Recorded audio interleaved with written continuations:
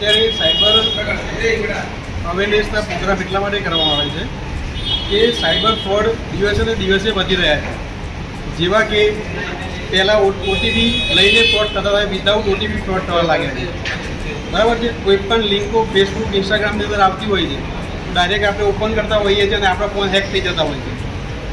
ઘણીવાર એક સારી વસ્તુ લખેલું હોય ને નીચે .apk ફાઇલ લખેલું હોય, આપણને એવું લાગે કે આપણા ફાયદા માટે છે ને આપણે apk ફાઇલને ઇન્સ્ટોલ કરીએ છીએ. ત્યારબાદ આપણો આખો ફોન હેક થઈ જતો હોય છે અને આપણી જોડે પૈસાની માગણી કરવામાં આવતી હોય છે.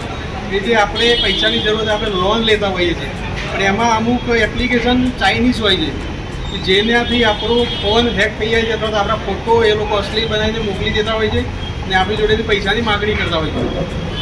ફેસબુક ઇન્સ્ટાગ્રામ આપણા એકાઉન્ટ પ્રાઇવેટ રાખવા જોઈએ. બરાબર છે.